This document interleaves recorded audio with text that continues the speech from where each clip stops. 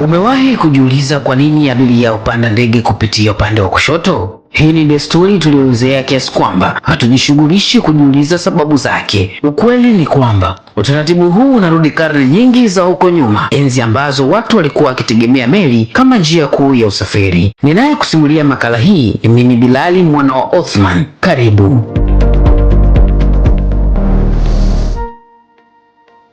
Hivi karibuni Doge Shape, mtumiaji maarufu wa TikTok, alitoa maelezo ya kuvutia kuhusu uhusiano kati ya safari za baharini huko zamani na usafiri wa anga kwa sasa. Katika video yake, Shape alieleza jinsi upande wa kushoto wa meli, ambao kihistoria ulitumika kupakia na kushusha abiria, umeendelea kuwa na athari kubwa hata kwenye ndege za kisasa. Shape alisema sababu ya kupakia abiria kutoka upande wa kushoto wa ndege ni urithi kutoka enzi za meli.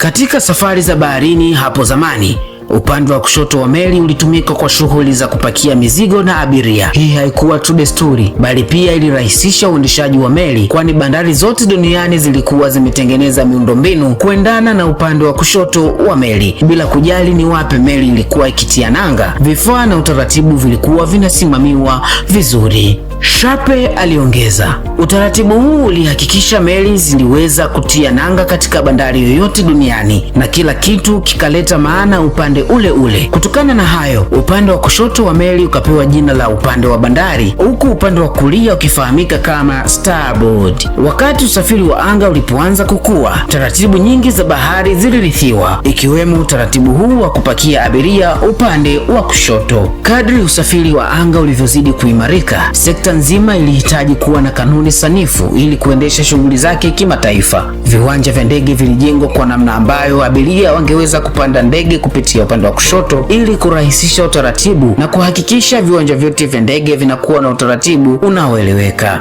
Hii haikuwa tu kuhusu viwanja vya ndege, bali hata muundo wa ndege uliendana na kanuni hii. Rubani hukaa kwenye kiti cha kushoto cha chumba cha marubani, jambo ambalo linalomruhusu kuongoza ndege kwa urahisi anapokaribia lango la ndege. Hivyo basi, kuweka mlango wa kupakia abiria upande wa kushoto kulikuwa na mantiki kubwa na kuendana na urahisi wa kiutendaji.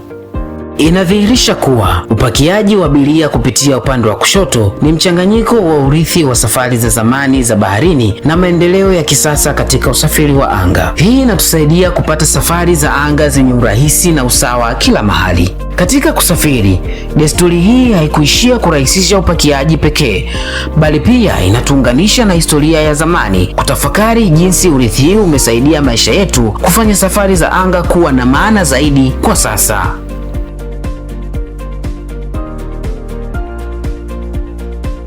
Na je, ulijua ndege za zamani kama Boeing 247 zilikuwa na milango upande wa kulia, lakini sekta ilivyoendelea, upande wa kushoto ukawa ndio upande unaopendelewa kwa kupakia abiria. Sababu nyingine ni kwamba milango mikubwa ya ndege imeundwa kwa ajili ya abiria upande wa kushoto, huku milango midogo kwa ajili ya mizigo na wafanyakazi wa ardhini ikiwa upande wa kulia, ili kuhakikisha uimara wa kimuundo wa ndege.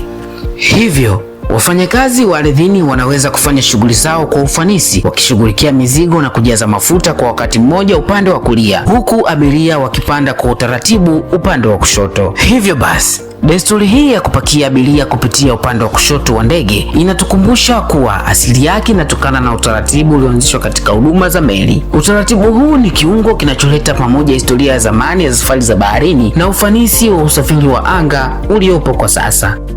Tunapoendelea kusafiri, desturi hii inatuonyesha jinsi safari za zamani zilivyochangia kuunda ulimwengu wa kisasa ambao tunaufurahia leo hii.